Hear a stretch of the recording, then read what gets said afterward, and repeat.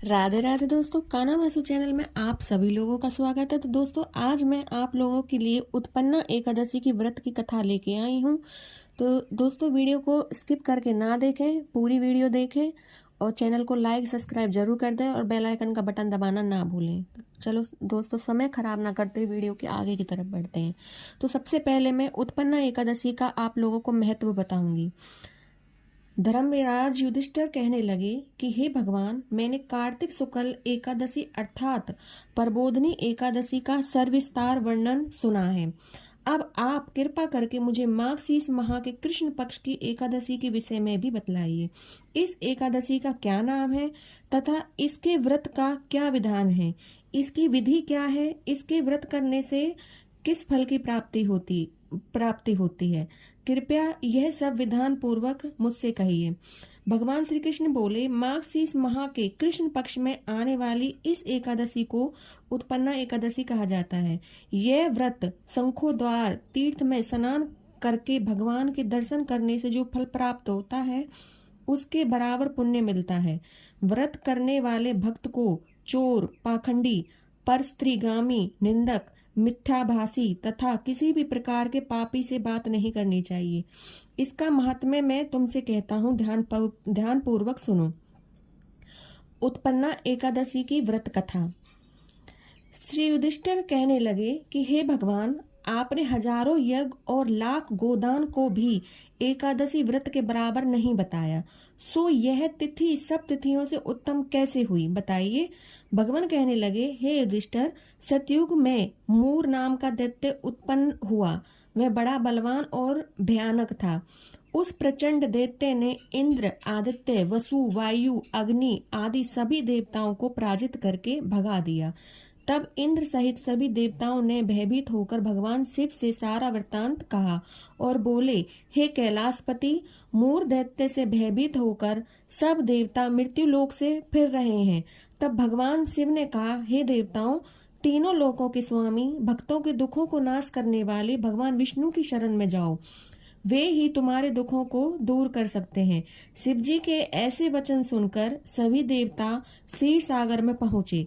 वहां भगवान को शयन करते देख तथा हाथ जोड़कर उनकी स्तुति करने लगे कि हे देवताओं द्वारा स्तुति करने योग्य प्रभु, आपको बारंबार नमस्कार है। देवताओं की रक्षा करने वाले मधुसूदन, आपको नमस्कार है। आप हमारी रक्षा करें। दैत्यों से भयभीत होकर हम सब आपकी शरण में आए हैं। आप इस संसार के कृता, माता पिता, उत्पत्ति और पालन करता और संहार करने वाले हैं। सबको शांति प्रदान करने वाले हैं। आकाश और पाताल भी आप ही हैं। सबके पितामह ब्रह्मा, सूर्य, चंद्र, अग्नि, सामग्री, होम, आहुति, मंत्र, तंत्र, जप, यजमान, यज्ञ, क्रम, कृता, भोक्ता भी आप ही हैं। आप सर्वव्यापक हैं। आपके सिवा तीनों लोकों में चर तथा अचर कुछ भी नहीं है।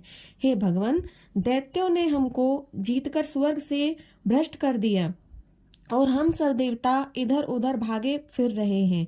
आप उन दैत्यों से हम सबकी रक्षा करें। इंद्र के ऐसे वचन सुनकर भगवान विष्णु कहने लगे कि हे इंद्र, ऐसा मायावी दैत्य कौन है जिसने सब देवताओं को जीत लिया है? उसका क्या नाम है? उसमें कितना बल है और किसके आश्रय में है तथा उसका स्थान कहाँ है? ये सब मुझसे कहो। भगवान के ऐसे वचन सुनकर इंद्र बोले, भगवान, प्राचीन समय में एक नाड़ी जग नामक राक्षस था। उसके महापराक्रमी और लोक विख्यात मूर नाम एक पुत्र हुआ था। उसकी चंद्रावती नाम की नगरी है। उसी ने सब देवताओं को स्वर्ग से निकालकर वहां अपना अधिकार जमा लिया है। उसने इंद्र, अग्नि, वरुण, यम, वायु, ईश, चंद्रमा, नेकृत आदि सबके स्थान पर अधिकार कर लिया है। सूर्य बनकर स्वयं ही प्रकाश करता है, स्वयं ही मेघ बन बैठा है और सबसे अजय है। हे असुर निकंदन, उस दृष्टि को मारकर देवताओं को अजय बनाइए। यह वचन सुनकर भगवान ने कहा, हे देवताओं, मैं शीघ्र ही उसका संहार करूंगा। तुम चंद्रावती नगरी जाओ। इस प्रकार कहकर भगवान सहित सभी देवताओं ने चंद्रावती नगरी की ओर प्रस्थान किया। उस समय जब दैत्य मूर सेना सहित युद्ध भूमि से गरज रहा था, उसकी भयानक गर्जना सुनकर सभी देवता भय के मारे चारों दिशाओं में भागने लगे। जब स्वयं भगवान रणभूमि में आए तो दैत्य उन पर भी अस्त्र शस्त्र आयुध लेकर दौड़े। भगवान ने उन्हें सर्प के समान अपने बाणों से बींध डाला। बहुत से दैत्य मारे गए, केवल मूर बचा रहा। वह अविचल भाव से भगवान के साथ युद्ध करता रहा। भगवान जो भी तीक्ष्ण बाण चलाते वह उसके लिए पुष्प सिद्ध होता।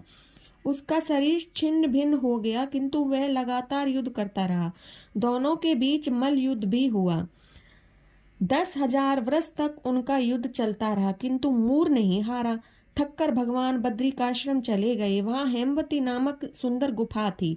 उसमें विश्राम करने के लिए भगवान उसके अंदर प्रवेश कर गए। यह गुफा 12 योजन लंबी थी और उसका एक ही द्वार था। विष्णु भगवान वहां योग निद्रा की गोद में सो गए। मूर भी पीछे पीछे आ गई और भगवान को सोया देखकर मारने को उद्यत हुआ। तभी भगवान के शरीर से उज्जवल कांति में रूप वाली देवी प्रकट हुई। देवी ने राक्षस मूर को ललकारा, युद्ध किया और उससे तत्काल मौत के घाट उतार दिया। श्री हरि जब योग निद्रा की गोद से उठे तो सब बातों को जानकर उस देवी से कहा कि आपका जन्म एकादशी के दिन हुआ है, अतः आप उत्पन्ना एकादशी के नाम से पूजित होंगी। आपके भक्त वही होंगे जो मेरे भक्त होंगे। बोलिए जय श्री हरि। तो दोस्तों, वीडियो को ज़्यादा से ज़्यादा शेयर करें जिससे कि और लोगों तक भी ये कथा पहुँचे। कथा यहीं समाप्त होती है। राधे राधे।